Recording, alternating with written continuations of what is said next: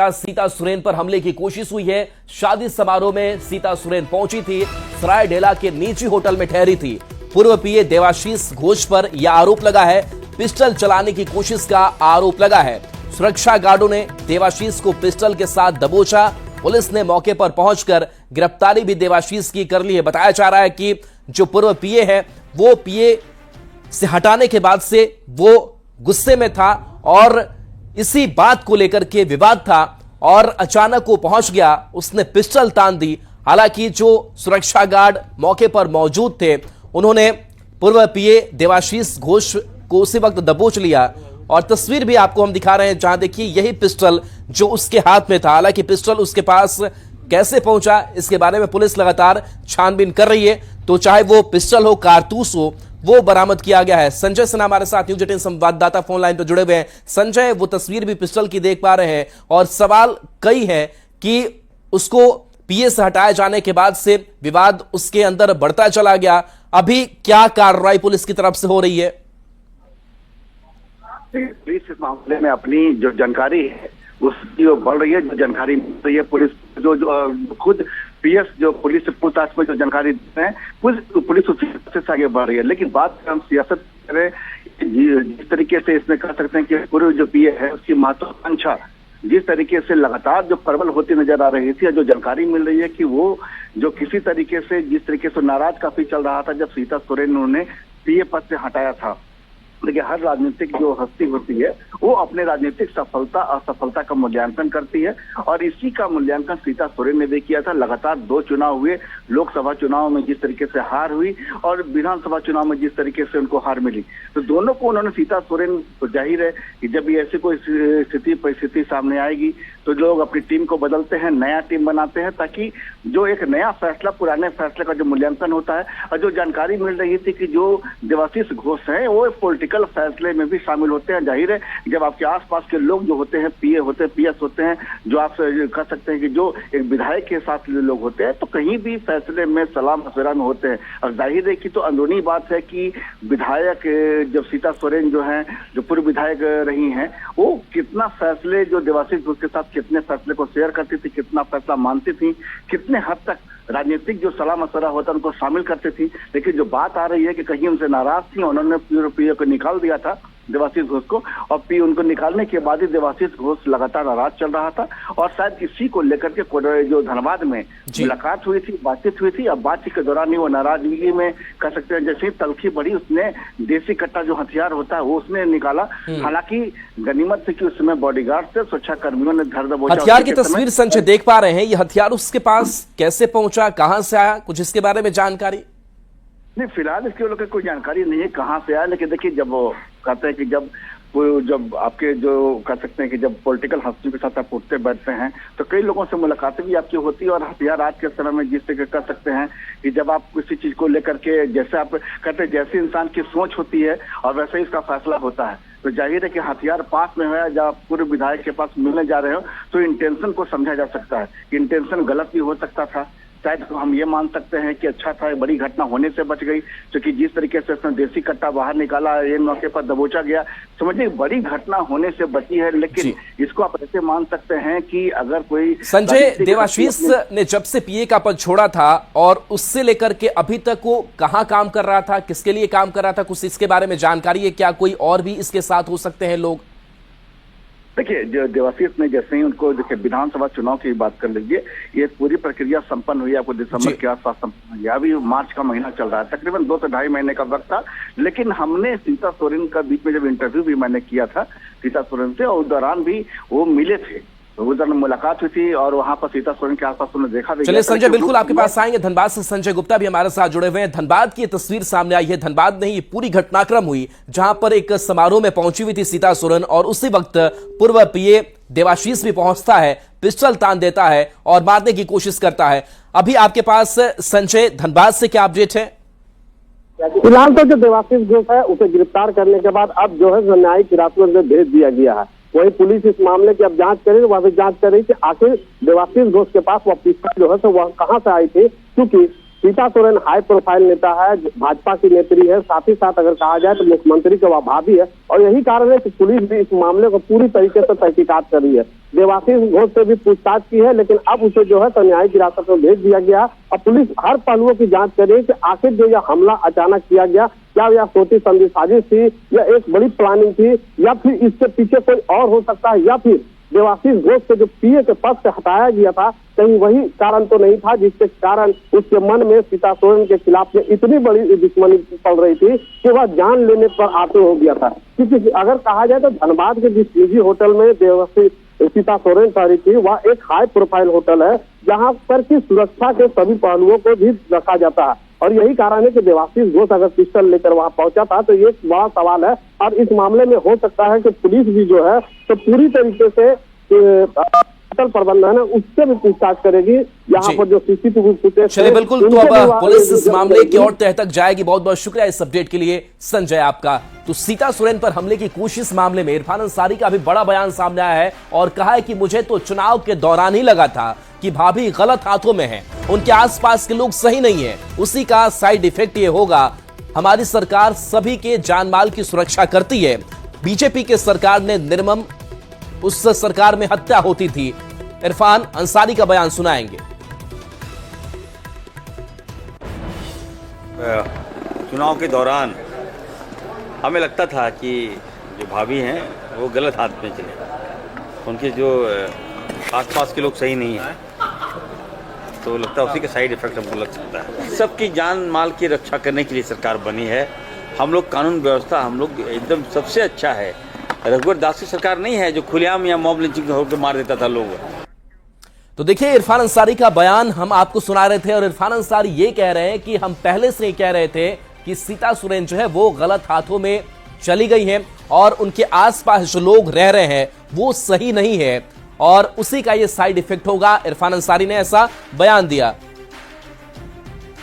और चलिए ये तस्वीर हम आपको एक बार फिर से दिखा रहे हैं जहां पुलिस इस पूरे मामले की छानबीन करने में जुटी हुई है और पिस्टल चलाने की कोशिश देवाशीष की ओर से की जाती है। बताया जा रहा है कि एक शादी समारोह में पहुंची हुई थी, होटल में ठहरी हुई थी सीता सोरेन, वहीं पर पूर्व पीए देवाशीष की भी मौजूदगी थी और बताया जाता है कि उसने पिस्टल तान दी। हालांकि सुरक्षा गार्ड जो वहां पर मौजूद थे उसने कोशिश की कि किस तरीके से वहां से देवाशीष को हटाया जाए, देवाशीष को दबोचा गया। पुलिस भी मौके पर पहुंची और गिरफ्तारी अब हो चुकी है। इसके साथ साथ तो पिस्टल की भी तस्वीर आपको दिखा रहे हैं, जिस पिस्टल को पुलिस ने अब बरामद कर लिया है, अपने कब्जे में ले लिया है, जिस पिस्टल के जरिए उन पर हमले करने की कोशिश की गई।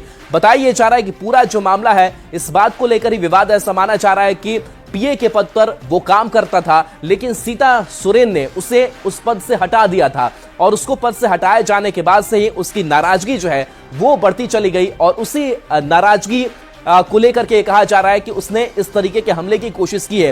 हालांकि पुलिस मामले की छानबीन कर रही है। सीता सोरेन का भी कोई बयान सामने नहीं आया है, लेकिन माना यही जा रहा है कि जिस तरीके से लंबा वक्त गुजरा सीता सोरेन के साथ, उसके पीए के साथ, और इस दौरान कई जो राजनीतिक गतिविधियां हैं वो भी हुई और सीता सोरेन की कमजोरी, मजबूती, सारी चीजों को जानता समझता था और कहीं ना कहीं वो चाहता था कि सीता सोरेन के साथ वो काम करता रहे। लेकिन आखिर क्या ऐसी बात हुई और सीता सोरेन ने उसे उस पद से हटाया, इसको लेकर के उसकी नाराजगी जो है वो बढ़ती चली गई और आखिरकार उसने ऐसी घटना को अंजाम देने की कोशिश की है। बहरहाल अब पुलिस इस पूरे मामले की तहकीकात में जुटी हुई है और ये भी जानने की कोशिश की जा रही है कि क्या देवाशीष के पीछे और भी कोई लोग हैं, कोई सपोर्ट कर रहे हैं, कहीं से उसे और सहारा मिल रहा है ताकि वो इस तरीके की घटनाओं को अंजाम दे। क्योंकि सवाल कई है कि उसके पास पिस्टल आखिर कहां से आया, किस तरीके से हथियार उसके पास आया और उस हथियार का उसने इस्तेमाल किया। आप समझ सकते हैं कि वहां पर काफी लोग होंगे, शादी समारोह का वक्त था और होटल में काफी संख्या में लोगों की मौजूदगी और वहां पर वाद विवाद होता है। और ये उस होटल की तस्वीर आपको दिखा रहे हैं जिस होटल में सीता सोरेन ठहरी थी और यहीं पर शादी समारोह में शिरकत करने के लिए वो पहुंची हुई थी और यहीं पर पूर्व पीए देवाशीष की भी मौजूदगी थी और सभी के सामने उसने पिस्टल तान दी और हमले की कोशिश की। हालांकि गनीमत रही कि सुरक्षा गार्ड्स वहां पर मौजूद थे, सीता सोरेन को वहां से बचाया गया और देवाशीष को धर दबोचा गया, जिसके बाद से पुलिस की गिरफ्त में अब आ चुका है और उससे पूछताछ की जा रही है कि उसके पास पिस्टल कहां से आया। उससे पूछताछ ये की जा रही है कि क्या उसके पीछे और भी कोई लोग हैं, क्योंकि जब राजनीतिक तौर पर चीजें चलती हैं तो कई साजिश और कई लोगों के नाम सामने आने की जो संभावना है वो बनी रहती है कि क्या इसके बैकग्राउंड में भी कोई कहानी है। वहां तक पहुंचने की कोशिश जो है वो पुलिस कर रही है। तो दो तस्वीरें आप तक पहुंचा रहे हैं। पहली तस्वीर उस हथियार की जो अब हथियार पुलिस जब्त कर चुकी है, और दूसरी तस्वीर जहां पुलिस प्रशासन जो है लगातार इस मामले में एक्शन में है, और उस होटल की भी तस्वीर आप तक पहुंचा रहे हैं जिस होटल में इस पूरी वारदात को अंजाम देने की कोशिश की गई। कल रात्रि में सूचना मिली थी धनबाद पुलिस को कि माननीय पूर्व विधायिका सीता सोरेन के ऊपर उनके पीए देवाशीष मनोरंजन घोष द्वारा हथियार तान दिया गया था। सूचना पाकर धनबाद पुलिस तुरंत घटनास्थल पे जो सोनोटेल होटल के कमरा नंबर 618 में था वहां पे पहुंचकर देवाशीष मनोरंजन घोष के पास से एक देसी पिस्टल बरामद किया एवं घटना के पीछे के कारणों का पता लगाने की कोशिश की गई। तो उसमें जो प्रथम दृष्टया बात प्रकाश में आई है कि पिछले विधानसभा चुनाव में फंड को लेकर चर्चा हो रही थी, उसी में कहा सुनी होगी और पीए ने माननीय पूर्व विधायिका के ऊपर हथियार तान दिया। आगे ये भी पता चला है कि पीए पहले से ही देसी पिस्टल अपने साथ रखता था और माननीय पूर्व विधायिका रांची से कतरा से एक शादी समारोह में आई थी। वो गाड़ी पीए ही चला रहा था, उसमें माननीय विधायिका बैठी थी और उनके साथ और भी जो कार्यकर्ता था उनको पता था कि उसके पास एक देसी पिस्टल है। हो गई तब हम लोग को पता चली है। इसमें सुरक्षा लैप्सेस भी हुए हैं, उस पर विशेषकर अभी जांच चल रही है और जांच कर उचित कार्रवाई की जाएगी। घटना कितने बजे की है? रात्रि में करीब 12-1 बजे की घटना है। तो पूर्व विधायिका के दिए गए आवेदन के आलोक में प्राथमिकी दर्ज कर उसको गिरफ्तार कर न्यायिक हिरासत में भेज दिया गया है।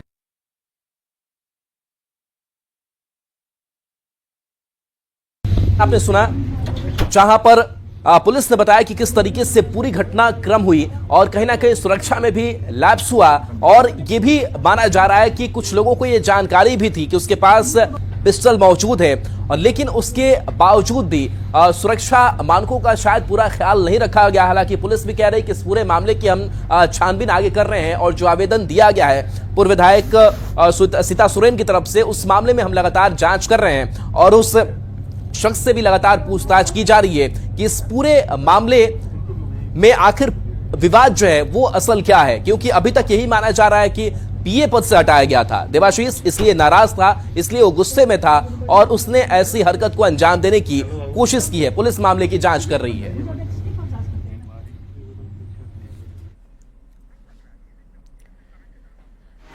तो देखिए देवाशीष की तस्वीर आपको दिखा रहे हैं, एक्सक्लूसिव तस्वीर हम दिखा रहे हैं। दूसरी तस्वीर जहां देखिए पुलिस की गाड़ी में देवाशीष की मौजूदगी है, और देवाशीष देखिए चेहरे को अपने ढके हुए वो वहां से निकलता हुआ दिखाई दे रहा है। तो गिरफ्तारी अब हो चुकी है, जो आगे की कानूनी प्रक्रिया है वो पूरी की जा रही है। तो देखिए ये चेहरा अपना ढके हुए है, ये कोर्ट में आपको दिखाई दे रहा होगा, और ये पुलिस की अब गिरफ्त में है और गिरफ्तारी इसकी हो चुकी है, और इस पर लगातार अब कानूनी कार्रवाई जो आगे की है, कोर्ट की जो प्रक्रिया है उसे भी अब पूरा किया जा रहा है।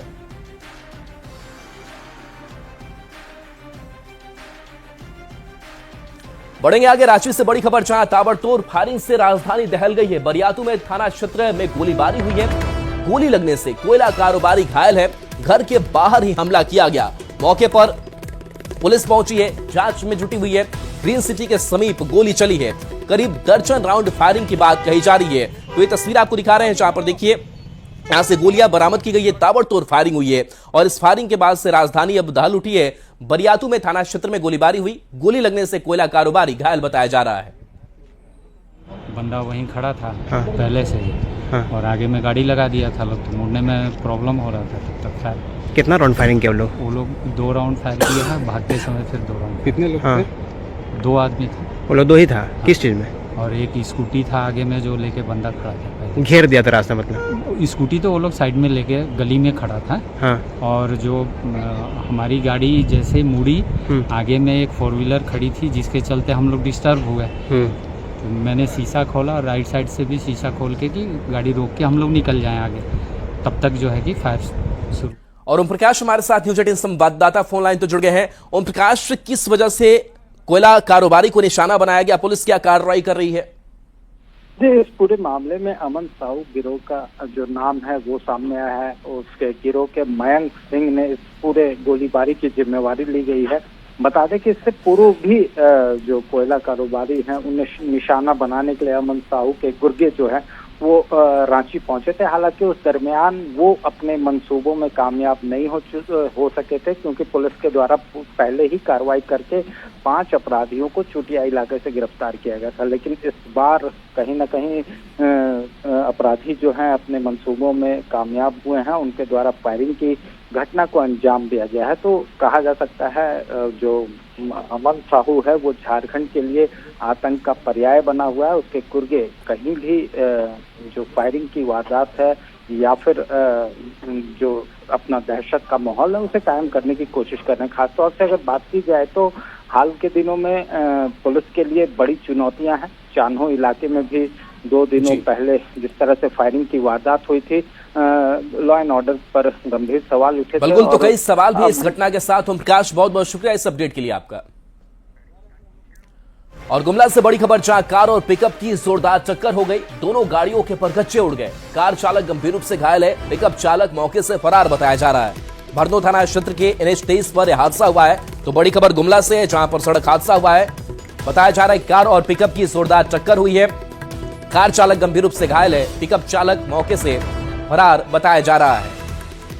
तो ये तस्वीर आपको दिखा रहे हैं, भरनो थाना क्षेत्र के NH 23 पर यह हादसा हुआ है। गुमला की तस्वीर है, जहां देखिए कैसे दोनों गाड़ियों के परखच्चे उड़े हुए हैं। तो इस तस्वीर को देखकर आप अंदाजा लगा सकते हैं कि किस तरीके से ये पूरी घटना सामने आई है, पूरा हादसा हुआ है। और इस हादसे के बाद से पिकअप चालक बताया जा रहा है कि मौके से फरार हो गया। पुलिस भी मौके पर पहुंची। भरनो थाना क्षेत्र के NH 23 पर यह हादसा हुआ है, कार चालक गंभीर रूप से घायल है। और बोकारो से बड़ी खबर है, जहां बारातियों से भरी कार हादसे की शिकार हो गई। हादसे में कई बाराती घायल हो गए हैं। बाराती बोकारो से खलारी जा रहे थे, तभी यह हादसा हुआ। बताया जा रहा है कि लोरी को बचाने के चक्कर में यह हादसा हो गया। चरीडीह थाना क्षेत्र अंतर्गत कल्याणपुर नेशनल हाईवे 23 के जैना मोड़ पर यह हादसा हुआ है। रॉन्ग लाइन है, जो कि उधर से भी गाड़ी आ रहा है, इधर से भी जा रहा है। तो हम वो लाइन से आ रहे थे 7 बजे के करीब, है ना। इधर से भी दोनों ट्रक गाड़ी आ गया, ट्रक, और हम आ रहे थे उधर से कि हम अपना गाड़ी बचाने के चलते हम रॉन्ग साइड पूरा घुस गए। अब रॉन्ग साइड घुसे तो गाड़ी बचाने नहीं सके, इधर से भी गाड़ी उधर से भी गाड़ी। और झारखंड विधानसभा के बजट सत्र से जुड़ी खबर है, जहां सदन की कार्यवाही अब 2 बजे तक के लिए स्थगित कर दी गई है। बाबूलाल मरांडी को नेता प्रतिपक्ष का दर्जा मिल चुका है। स्पीकर ने इसकी घोषणा कर दी है। स्पीकर ने बाबूलाल मरांडी को सदन में बतौर नेता प्रतिपक्ष की मान्यता की घोषणा कर दी है। तो देखिए, इंतजार लंबे वक्त से था नेता प्रतिपक्ष के पद को लेकर के, और आखिरकार नेता प्रतिपक्ष भी मिल चुका है। बाबूलाल मरांडी जो नेता प्रतिपक्ष का दर्जा उन्हें दे दिया गया है, और स्पीकर ने बाकायदा इसकी घोषणा भी कर दी है कि बाबूलाल मरांडी सदन में नेता प्रतिपक्ष होंगे, और सदन की कार्रवाई 2 बजे तक के लिए स्थगित भी कर दी गई है। तो सदन के बाहर मैया सम्मान योजना, नेता प्रतिपक्षों समेत कई मुद्दों की गूंज सुनाई दी। लेकिन हम लोग बेहतर पॉलिसी करने का दिशा में बढ़े हैं, ताकि राज्य का राजस्व का बढ़ोतरी हो सके। और जहां पर अभी खुदरा सेल का है, खुदरा का, तो उसमें हम लोग निजीकरण की ओर जा रहे हैं। और होलसेल में भी जो पूर्व की व्यवस्था है उसी व्यवस्था पर हम लोग। अच्छा, ये आप देखिए, हम को तो लगता है 2 महीने की राशि मिलना चाहिए। 2 महीने की राशि, मार्च महीने की भी राशि इसी महीने दी जाएगी। मार्च की राशि अभी नहीं दी जाएगी, मार्च खत्म होगा उसके बाद दी जाएगी ना। और देखिए, बढ़ेंगे आगे। भारतीय क्रिकेटर मोहम्मद शमी के रोजा ना रखने पर बवाल मच गया है। उन्हें मंगलवार को दुबई इंटरनेशनल क्रिकेट स्टेडियम में ऑस्ट्रेलिया के खिलाफ सेमीफाइनल मुकाबले के दौरान एनर्जी ड्रिंक पीते हुए देखा गया। यह मैच रमजान के पवित्र महीने में खेला जा रहा था। 34 साल के शमी को ड्रिंक पीते देख मौलाना बरेलवी ने उन्हें रोजा ना रखने के लिए अपराधी करार दिया। इसके बाद इरफान अंसारी ने शमी का बचाव किया है। मैं देश का नाम रोशन किया है, और हम सबको गर्व है मोहम्मद शमी पर। जब इंडिया जीतता है और मोहम्मद शमी जब विकेट लेता है तो गर्व होता है। तो जो लोग भी इस तरह की फतवा जारी करते हैं, उनको बचना चाहिए। देश बड़ा है हमारा, हिंदुस्तान बड़ा है, मुल्क हमारा बड़ा है। और मैं भी फास्टिंग हूँ, मैं भी रोजा रखता हूँ, मैं मंत्री हूँ, मैं विधानसभा जाता हूँ। तो जब मैं खेलूंगा और जब मैं विकेट लूंगा तो मुझे एनर्जी की आवश्यकता पड़ेगी। तो उनके लिए सब माफ है, क्योंकि देश पहले है। धर्म में अच्छा करूंगा, गलत करूंगा, सजा ऊपर वाला देगा। अच्छा खेलूंगा, देश को जिताऊंगा तो पूरे लोग वाहवाही करेंगे। सिमडेगा पहुंचे पूर्व मुख्यमंत्री मधु कोड़ा ने बाबूलाल मरांडी को बधाई देते हुए कहा कि बाबूलाल मरांडी एक सुलझे व्यक्तित्व के मालिक हैं, जो नेता प्रतिपक्ष की भूमिका बखूबी निभाते हुए जन समस्याओं को सरकार की नजर में लाकर उसका समाधान कराएंगे। बता दें कि मधु कोड़ा अटल जन्म शताब्दी कार्यक्रम में शामिल होने के लिए सिमडेगा पहुंचे हैं। बाबूलाल जी को पुनः यहाँ प्रतिपक्ष के नेता के रूप में आज पार्टी ने आज यहाँ पर इनको यह